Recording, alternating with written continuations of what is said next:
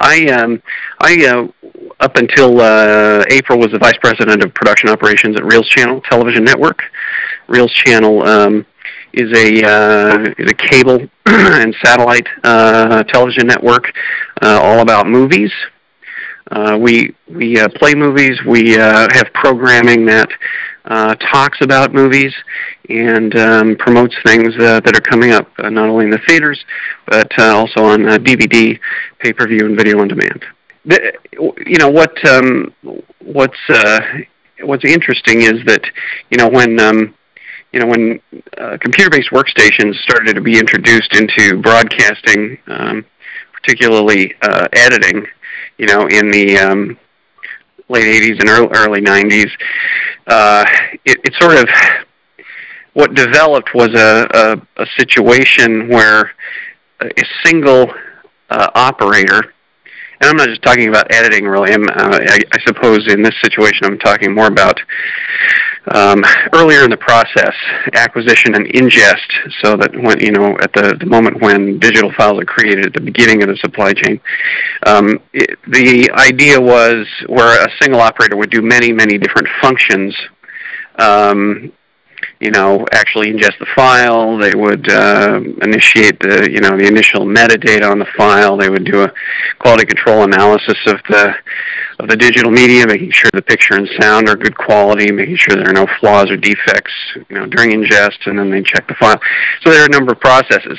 But in my experience, I think what we're seeing in many areas now, because it is sort of an assembly line process of ingest, metadata creation, the management of that metadata, and then as it's handed off to the content creation folks, that doing it that way with one person doing many things is terribly inefficient. And most people, as we know, it's each person has some of those things that they're better at than others. And so if one person is doing all those operations, what I've found is that the quality control issues are, they don't catch everything. Some people may be good at seeing good picture quality. They might be able to catch small picture flaws, but they're not very good at hearing problems with sound, for example, or maybe they aren't as accurate with regard to their to data entry. So if we break that up a little bit and we focus a person's skills in the areas that they're good at, then our quality control and quality assurance is much better. It also spreads the workload out because in a digital supply chain, particularly in digital media, you can do a number of different metadata operations all simultaneously. Once the ingest process begins, let's say there's an incoming program that needs to be recorded for playback at a later time.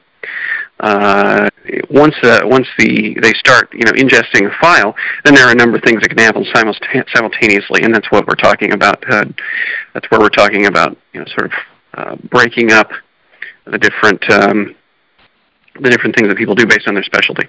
And so I think that makes a much better and more accurate.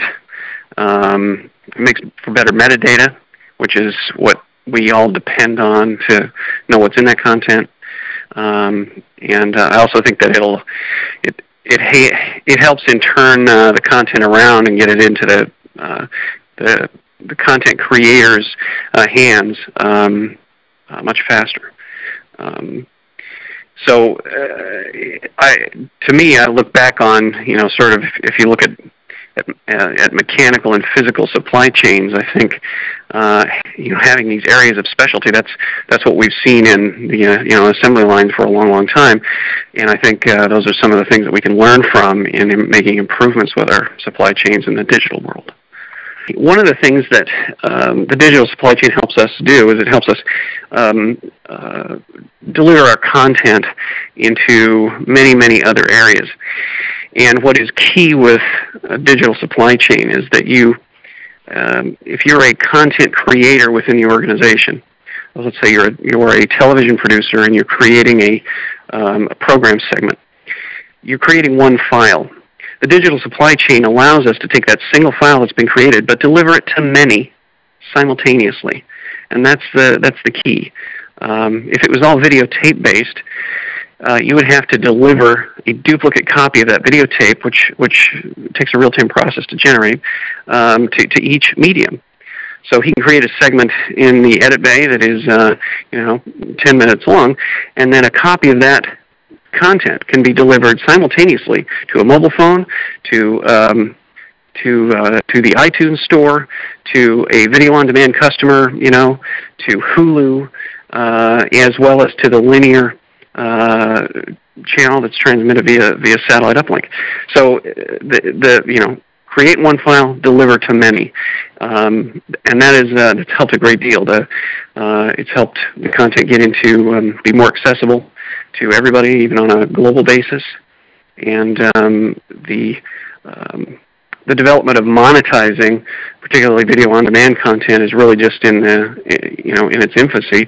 Right now, the push for the business is really to kind of stake a claim on the video-on-demand real estate to make sure that you have a foothold for the business to be able to get your content out there. So most of that content is free, but over time there will be opportunities to monetize, to generate revenue through advertising and possibly subscriptions on that content. Logipi.